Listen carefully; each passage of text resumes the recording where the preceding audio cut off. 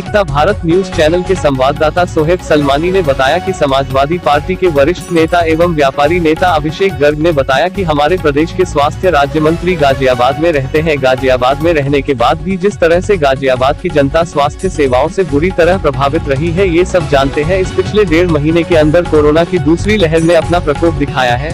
हमने देखा है किस तरह से लाशों का मंजर जैसे नरसंहार हुआ हो। एक बहुत बुरे अनुभव से गाजियाबाद की जनता रूबरू हुई है। गाजियाबाद ही नहीं, पूरे देश की जनता ऐसे दौर से रूबरू हुई है। उन्होंने कहा कि राजनीतिक लोग जो संवैधानिक पदों पर बैठे हैं, जनता ने इनको चुनकर भेजा है। इनकी यही तो जिम्मेदारी है, जनता तक सरकार के सारे लाभ, जो सरकार की नीतियां जनता तक पहुंचे, आखिरी सिरे तक पहुंचे और जनता को किसी भी स्थिति व परिस्थिति से व ऐसे बुरे दौर से बचाया जाए। आइए दिखाते हैं आपको मीडिया से बात करते हुए समाजवादी पार्टी के वरिष्ठ नेता एवं व्यापारी नेता अभिषेक गर्ग ने क्या कहा। मैं अभिषेक गर्ग, मैं वरिष्ठ नेता हूँ समाजवादी पार्टी जनपद गाजियाबाद।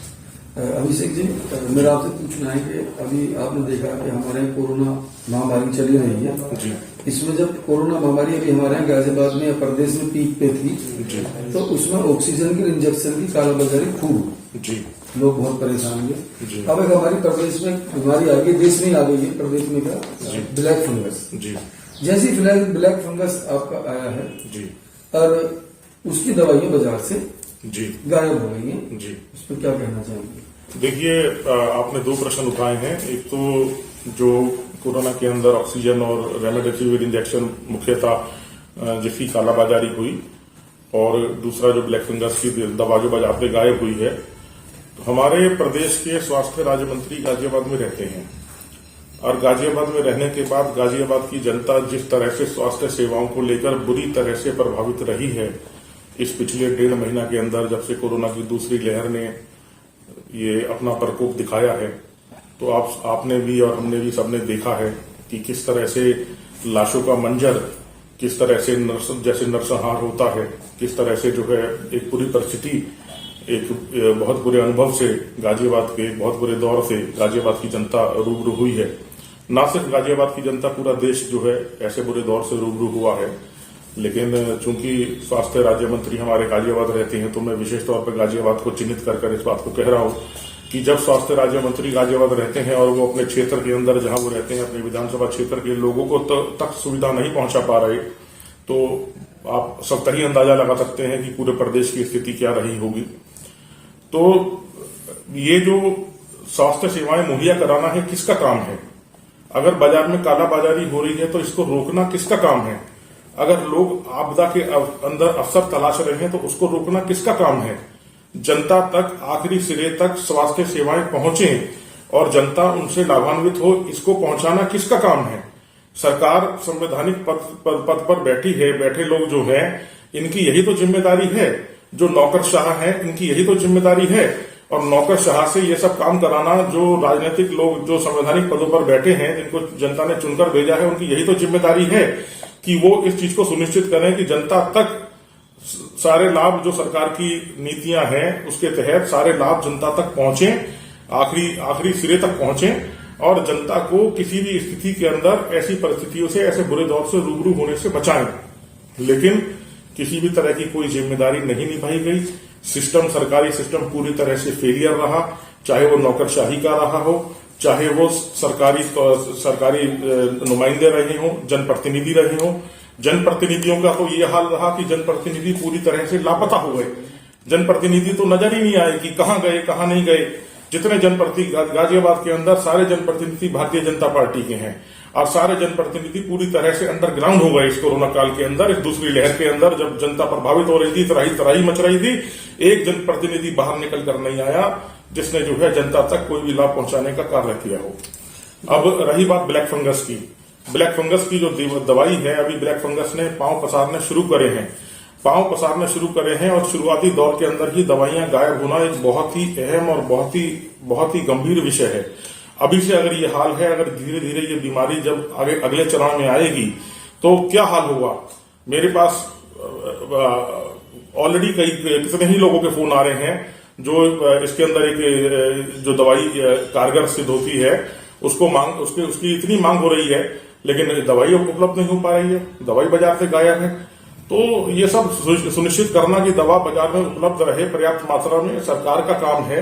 लेकिन सरकार जो है, सरकारी सिस्टम पूरी तरह से फेलियर है, पूरी तरह से जो है नौकरशाह, निरंकुश है। कोई अपनी जिम्मेदारी ना समझने को तैयार है, ना निभाने को तैयार है। जनता को मरने के लिए छोड़ दिया गया है उसके हाल पर। यह परिस्थिति से जनता इस वर्तमान दौर से गुजर रही है।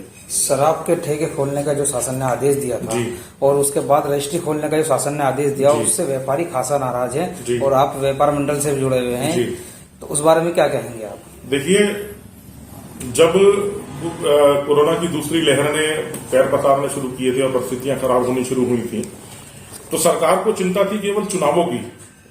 सरकार ने जो है, जनता ये नहीं चाहती थी कि प्रदेश के अंदर, मैं प्रदेश को विशेष तौर पर प्रदेश की बात कर रहा हूं, देश की बात पे भी नहीं आ रहा हूं, तो जनता नहीं चाहती थी कि प्रदेश के अंदर जो है पंचायती चुनाव हों। लेकिन सरकार ने हठधर्मिता दिखाते हुए प्रदेश के अंदर पंचायती चुनाव कराए, जिसका नतीजा यह निकला कि 99 ग्राम प्रधान चुने जाने के बाद, जीतने के बाद उनकी कोरोना से मृत्यु हुई और 99 गांव के अंदर दोबारा चुनाव कराना पड़ा। ठीक इसी तरह से हजारों की संख्या के अंदर जिन लोगों की चुनाव में ड्यूटी लगी थी, वो लोग कोरोना से संक्रमित हुए और उनकी मौतें हुई। क्या ये हत्या की श्रेणी में नहीं आना चाहिए? क्या इन सब हत्याओं की जिम्मेदार प्रदेश सरकार नहीं है? क्या चुनाव कराना इतना जरूरी था? पंचायती चुनावों को कराना इतना जरूरी था कि जनता को आपने मरने के लिए छोड़ दिया? तो पंचायती चुनाव सरकार ने कराए, सरकार ने बिल्कुल किसी की नहीं सुनी और जिसका नतीजा जो है ये सब मौतों के रूप में निकला। अब रही बात शराब के ठेके खुलने की, जब दूसरी लहर आनी शुरू हुई तो व्यापारी वर्ग ने हमेशा जो है देश की, प्रदेश की तरक्की के अंदर अपना योगदान दिया है और भामाशाह की भूमिका निभाई है। तो व्यापारी वर्ग ने, सरकार जब जो है लॉकडाउन लगाने को तैयार नहीं थी, क्योंकि सरकार के ऊपर तो चुनाव हावी था और चुनाव के बाद जो है जब मतगणना को लेकर भी सवाल उठे कि अभी मतगणना न कराइए, तब भी सरकार ने हठधर्मिता दिखाई। तो व्यापारी वर्ग ने स्वतः ही इसका संज्ञान लेते हुए सेल्फ लॉकडाउन इम्पोज करना शुरू कर दिया था। आपने भी देखा होगा कि बाजारों के अंदर अलग अलग बाजारों ने सेल्फ लॉकडाउन लगाते हुए अपने अपने बाजार बंद कर दिए थे। सरकार ने तो लॉकडाउन बहुत बाद में लगाया है, मजबूरी में लगाया है सरकार ने लॉकडाउन। जब सरकार को यह दिख गया कि बाजार सब परिस्थितियां क्या होती जा रही हैं, जनता किस तरह से सरकार के खिलाफ होती जा रही है, सरकार ने तो बहुत बाद में लगाया है। सेल्फ लॉकडाउन बाजारों में लगने शुरू हो गए थे। उसके बाद जिस तरह से सरकार ने एक बहुत ही गलत उदाहरण पेश करते हुए अपने राजस्व की चिंता केवल और केवल इन खराब परिस्थितियों के अंदर भी अपने राजस्व की चिंता जताते हुए शराब की दुकानें खोल दी गई और रजिस्ट्रियां खोल दी गई। सरकार को चिंता नहीं है जनता की, सरकार को यह कतई चिंता नहीं है जनता की कि जनता मरे तो मरे लेकिन हमें राजस्व मिले। सरकार की केवल ये नीति है।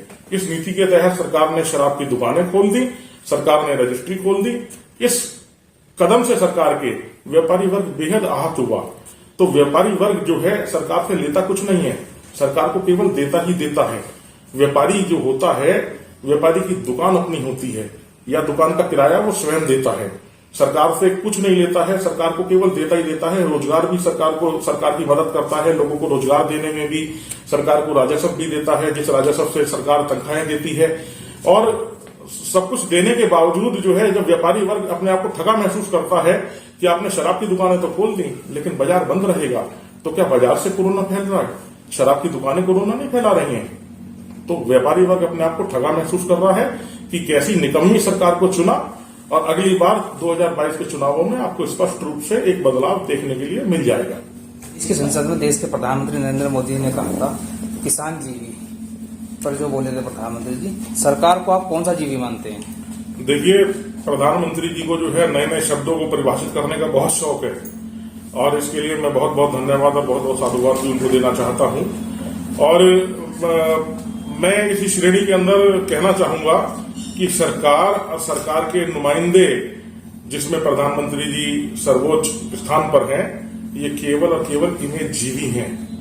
ये केवल और केवल इमेज जीवी हैं। इनको अपनी इमेज के अलावा किसी बात से कतई कोई परवाह नहीं है। जनता जाए भाड़ में, जनता जाए मरने, लेकिन इनको जो है अपनी इमेज के अलावा, इनकी इमेज सुरक्षित रहनी चाहिए, इसके अलावा इन्हें किसी चीज की कतई कोई परवाह नहीं है।